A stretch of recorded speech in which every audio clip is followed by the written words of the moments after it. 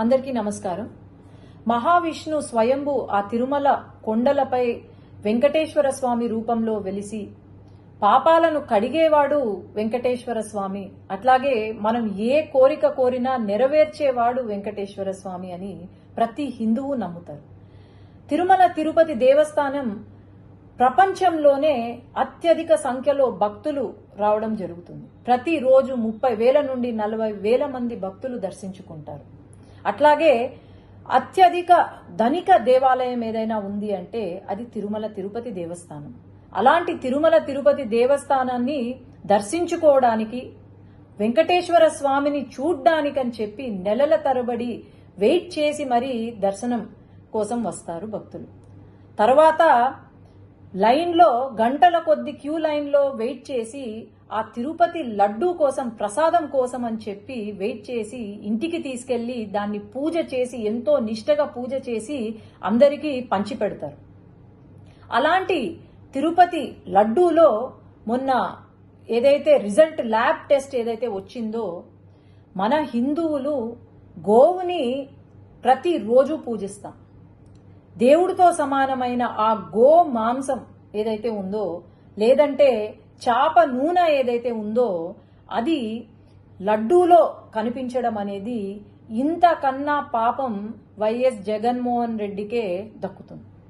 ఎందుకంటే హిందువులు కాని వాళ్ళు, అసలు హిందుత్వాన్ని నమ్మని వాళ్ళను అక్కడ చైర్మన్లుగా తీసుకొచ్చి, కరుణాకర్ రెడ్డి అని చెప్పి అక్కడ చైర్మన్ గా తీసుకొచ్చి, ఆయన వెంకటేశ్వర స్వామి ఒక నల్ల రాయి అని చెప్పి, అలాగే ఆ 7 కొండలు ఎందుకు, 5 కొండలు చాలు అని చెప్పి ఒక జీవోని తీసుకొచ్చి పెట్టారు.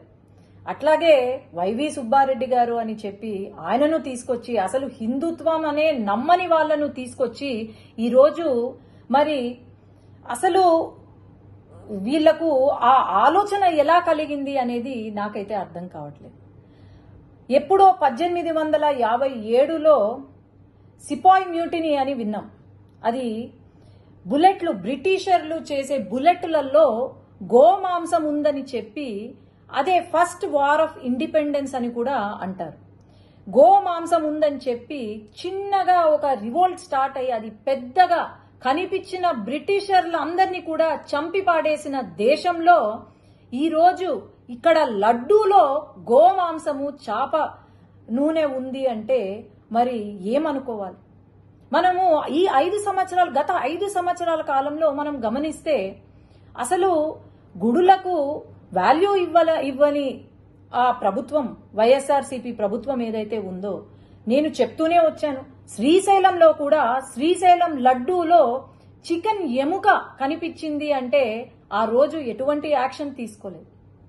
అసలు దేవాలయాలు ఎందుకున్నాయి, లేదంటే మన దేవుళ్ళు ఎందుకున్నారు ఇంకా అని అనిపిస్తుంది. తప్పకుండా ఖచ్చితంగా అయితే ఎవరైతే దీనికి బాధ్యులో వాళ్ళను ఉరి తీసినా ఎక్కడ తక్కువ కాదు, కానీ వీళ్లకు కఠినమైన శిక్ష విధించాలి, ఖచ్చితంగా విధిస్తారు అని నేను అనుకుంటున్నాను. సీఎం గారు వెంటనే, మన గవర్నమెంట్ ఫామ్ అయిన వెంటనే తిరుపతి లడ్డు నాణ్యత కోసం, అది చాలా చిన్న విషయం కావచ్చు కానీ తిరుపతి లడ్డు నాణ్యత ఎలా ఉంది అని చెప్పి ల్యాబ్ రిపోర్ట్కి పంపించారు అంటే ఇంతకన్నా మంచి ముఖ్యమంత్రి, మంచి పాలన ఎక్కడైనా ఉంటుందా అని నేను భావిస్తున్నాను. ఇక్కడ మటుకు ఈ హిందూ మనోభావాలు దెబ్బతీసేలాగా ఇలాంటి సిచ్యువేషన్ మనకు ప్రపంచం మొత్తము ఈ దుర్ఘటనను గమనిస్తూనే ఉంది. ఖచ్చితంగా వీళ్లకు కఠిన శిక్ష వేయవలసిందిగా నేనైతే కోరుతున్నాను.